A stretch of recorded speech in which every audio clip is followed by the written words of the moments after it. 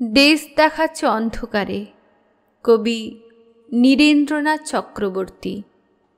দেশ দেখাচ্ছ অন্ধকারে, এই যে নদী, ওই অরণ্য, ওইটে পাহাড় এবং ওইটে মরুভূমি।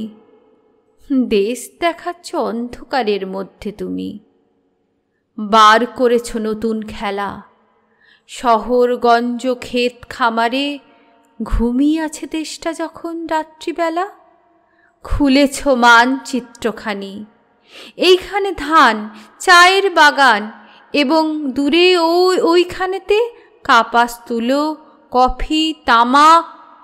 দম লাগানো ঘড়ির মতন হাজার কথা শুনিয়ে যাচ্ছ।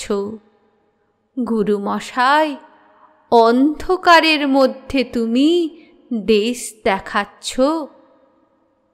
কিন্তু আমরা দেশ দেখি না অন্ধকারে। নৈশ বিদ্যালয়ের থেকে চুপি চুপি পালিয়ে আসি জলের ধারে। ঘাসের পরে চিত হয়ে শুই, আকাশে নক্ষত্র গুনি। ছলাৎ ছলাৎ ঢেউয়ের টানা শব্দ শুনি।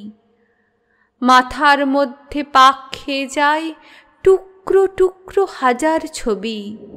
উঠোন জুড়ে আলপনা, আলপথের পাশে হিজল গাছে সবুজ গোটা, পুণ্যি পুকুর, মাঘমণ্ডল, টিনের চালে হিমের ফোঁটা।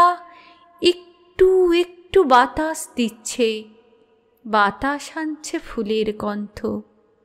তার মানে তো আর কিছু নয়। ছেলেবেলার শিউলি গাছে এই আঁধারেও ফুলের দারুণ সমারোহ।